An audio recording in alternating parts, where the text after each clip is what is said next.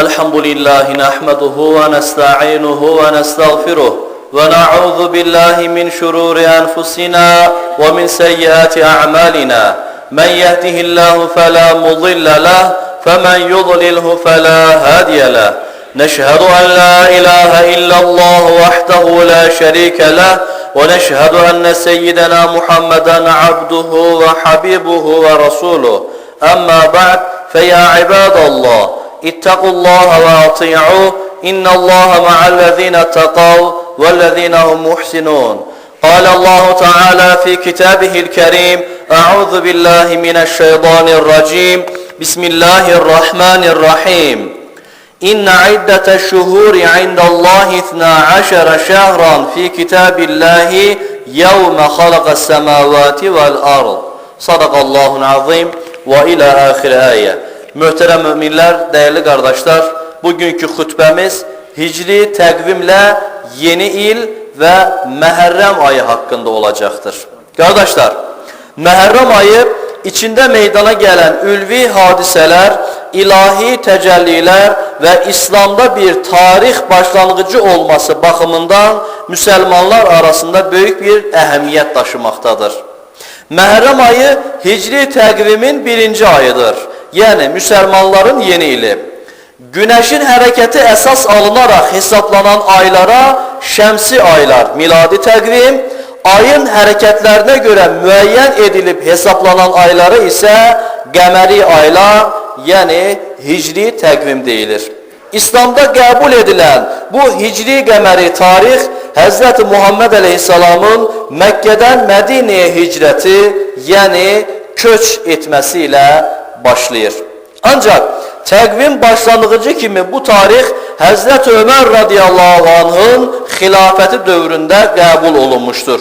Ondan əvvəl ərəblər bu aylardan istifadə etsələr də hicri təqvim kimi müəyyən bir tarixi yox idi. Hz. İbrahimin ateşə atılması, fil hadisəsi və s.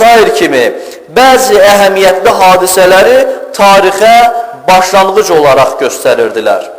İslamın ilk illərində müşriklər yeni müsəlman olanlara verdikləri ağla sığmaz əziyyət və işgəncələr artıq dözülməz hala gəldikdə müsəlmanların Məkkədən Mədinəyə köçmələrinə, yəni hicrətə icazə verildi. Miladi 622-ci ildə müsəlmanlar gizli şəkildə Mədinəyə hicrət etməyə başladılar. Sahabələrin hicrətindən sonra Hz. Peyğəmbərimiz Aleyhisselam da Hz. Əbu Bəkirlə birlikdə Mədinəyə hicrət elədilər. Peyğəmbərimizin hicrətindən 16 il sonra dövrün xəlifəsi Hz. Ömərin əmri ilə Mədinədə bir məclis toplanaraq ortaya çıxan bəzi problemlər səbəbi ilə tarix məsələsinə çarə tapılması istəndi. Həzrəti Əli radiyallahu anh'ın təklifi və məclisdə olanların da qəbulu ilə Peyğəmbərimizin hicrəti İslam təqviminin başlanğıcı Məhərrəm ayında bu ilin, bu təqvimin ilk ayı olaraq qərarlaşdırıldı. Beləliklə, ay hesabına görə aparılan bu qəməri aylar yeni ad olaraq hicri təqvim artıq müsəlmanların yeni ili və yeni təqvimi oldu. Müsəlmanlar yeni ilə Məhərrəm ayı ilə girər, bir il boyunca gördükləri işlərin, ibadət və itaətlərin, zəkatlarının hesabını bu təqvimə görə apararlar. Məhərrəm ayı ilə başlayıb Zilhiccə ayı ilə sona çatan hicri təqvimin ayları da 12'dir. Hicri il ilə Günəş ili dediyimiz miladi il arasındakı fərq sadəcə gün fərqidir. Belə ki, miladi il 365 gün, hicri təqvim isə ay hesabı ilə aparıldığı üçün bundan 10 gün qısa olub 354 və ya 355 gündür. Bu aylar Quran-ı Kərimdə Tövbə surəsinin 36-cı ayəsində belə açıqlanır. Həqiqətən Allah yanında ayların sayı göyləri və yeri yaratdığı gündən bəri Allahın kitabında 12'dir. Onların 4'ü Rəcəb, Zilqədə, Zilhiccə və Məhərrəm haram aylardır. Bu doğru dindir. Ona görə də həmin aylarda özünüzə zülüm etməyin və bilin ki Allah müttəqilərlə bərabərdir. Haram aylar hörmətə layiq aylar deməkdir. Bu aylarda savaş etmək qadağan olduğu üçün bu adı almışdır. Cahiliyə dövründə ərəblər bu aylarda savaş etməz, sərgi bazarları qurular, şeir yarışları edilər, hər kəs öz dinini təbliğ edib yaymağa çalışardı. İnşallah qardaşlar, bu ilki hicri yeni ilimiz Oktyabrın 14-ünə rast gəlməkdədir. Yəni, Oktyabrın 14-ü gələn həftənin 3-cü günü Məhərrəmin biridir. Hicri təqvimlə 1437-ci ilə girəcəyik. Əziz qardaşlar, tarix boyunca bəzi hadisələrin Məhərrəm ayında baş verməsi bu aya ayrı bir dəyər qazandırmaqdadır. Həzrəti Adəm əleyhissalamın cənnətdən yer üzünə indirilməsi, Həzrəti Nuhun tufandan qurtulması və s. belə bəzi günlər kimi. Bu önəmli günlərdən biri də Məhərrəm ayının 10-cu günü Aşura günüdür. Aşura günü haqqında növbəti cümələrdə xütbəmiz olacaqdır inşallah. Bir digəri də İslam tarixində xüsusi bir yeri olan Həzrət Hüseyin radiyallahu anh'ın Kərbəlada şəhid edilməsi hadisəsidir ki, bu da Məhərrəm ayına və Aşura gününə rast gəlmişdir. Beləsi üzücü hadisələr xatırlamaq və onlardan yalnız dərs çıxartmamız lazımdır. Çünki bu hadisə bütün müsəlmanları dərindən sarsan və kədərləndirən acı bir təcrübədir.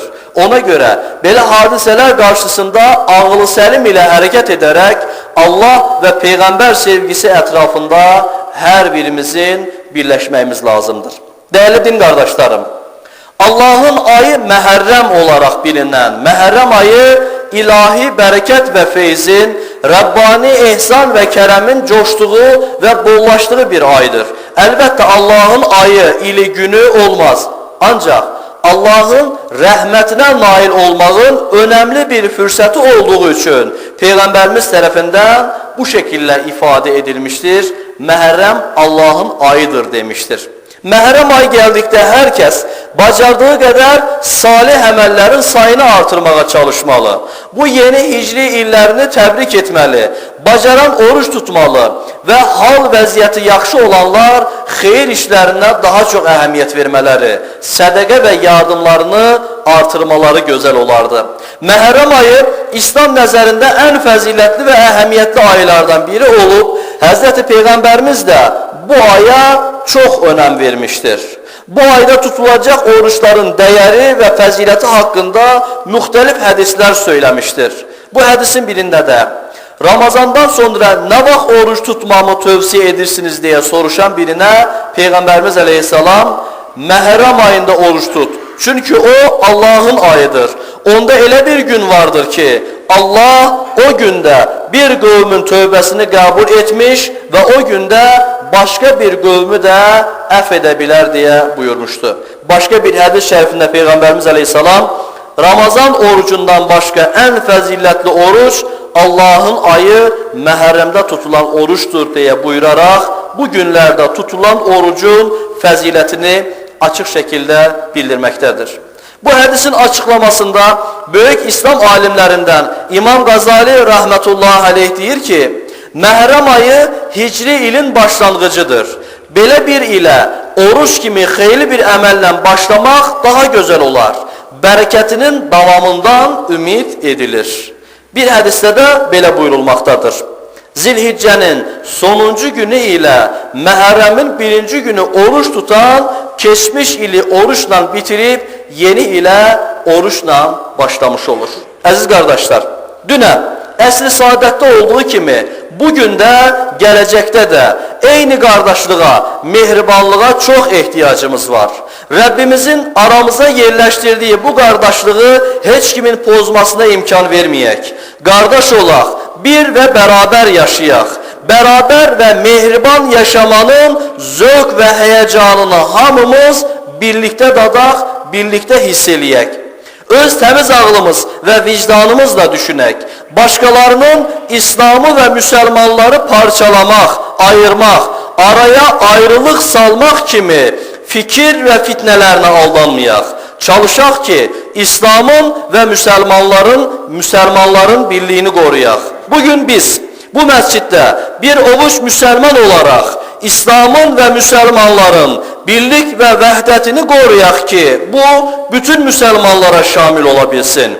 Necə ki, bir cemaat namazında, bir cümə namazında, bir imam arkasında toplanaraq tek vücut kimi olursa, bunu her zaman etmeye çalışaq. Namaz biten kimi birbirinin arkasından danışıp pisleyen, araya ayrılık fitnesi yayan, pis niyetli şeytan ve şeytani düşüncelerden de son derece dikkatle uzak olaq.